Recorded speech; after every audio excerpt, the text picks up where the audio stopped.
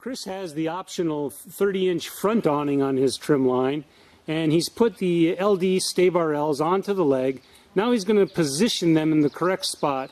You want to slide the stay bar L, the LD stay bar L, up to the top of the leg, but not up onto the corner joint.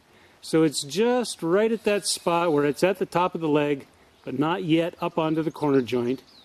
And use the thumb screws to snug that up and hold the LD stay bar L in place. Now's the time for the 602 awning L's to go on to the extra no color pole. There's the awning L's. They can be turned either way. We like to put them with the open barrel pointing out from the booth. They slide onto the pole on both ends. And Chris likes to use his awning pole to make sure that his front legs are plumb, and he does that by placing the pole right in front of the leg, and then make sure that it's the same length as the pole itself. And after you get done with that positioning, you can stake down that last leg. Alright, with the front pole ready to go and the LD stay bar L's in place, now it's time to put the awning poles on. Again, this will be the pole that's coded AWN. In this case, this one's about 32 inches long. That's for the 30-inch front awning. You might have a longer one for the 54-inch awning. You just slide the pole in the usual way, click it in place. We'll do that on both ends. And here's a nice way to set up that front awning pole if you're doing this alone especially. Leave one end on the ground and the other end just start it in place, but don't push it all the way in past the snap button.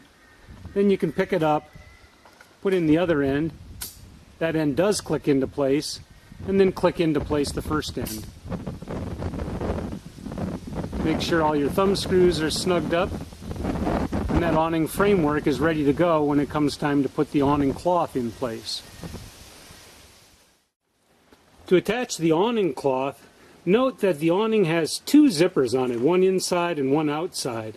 And you're going to want to use the outside zipper to attach to the canopy top. And you can tell the inside zipper is on the same side as the velcros, and you want to use the other one to attach to the canopy top.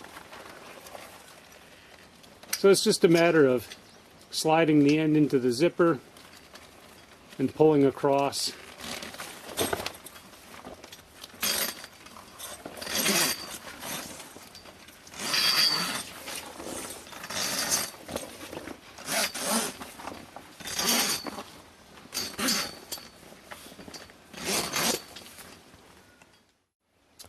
Another important part to attaching the awning cloth is to make sure and get the velcros around the top pole and the canopy frame.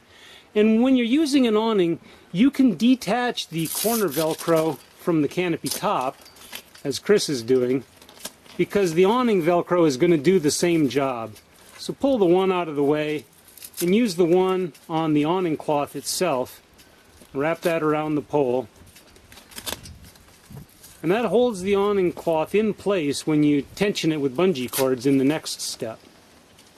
You work your way across the cloth, attaching all the velcros.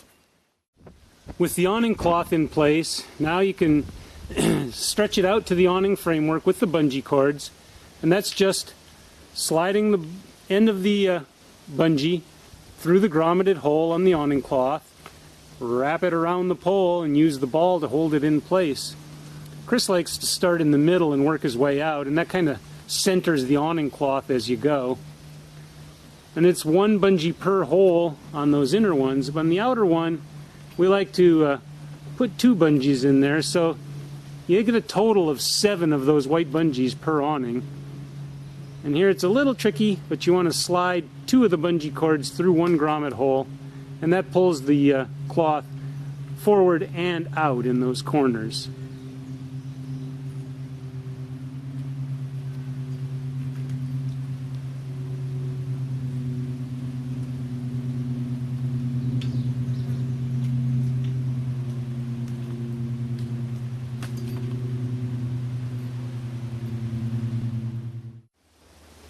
Here's a close-up view of how those corner bungees are arranged.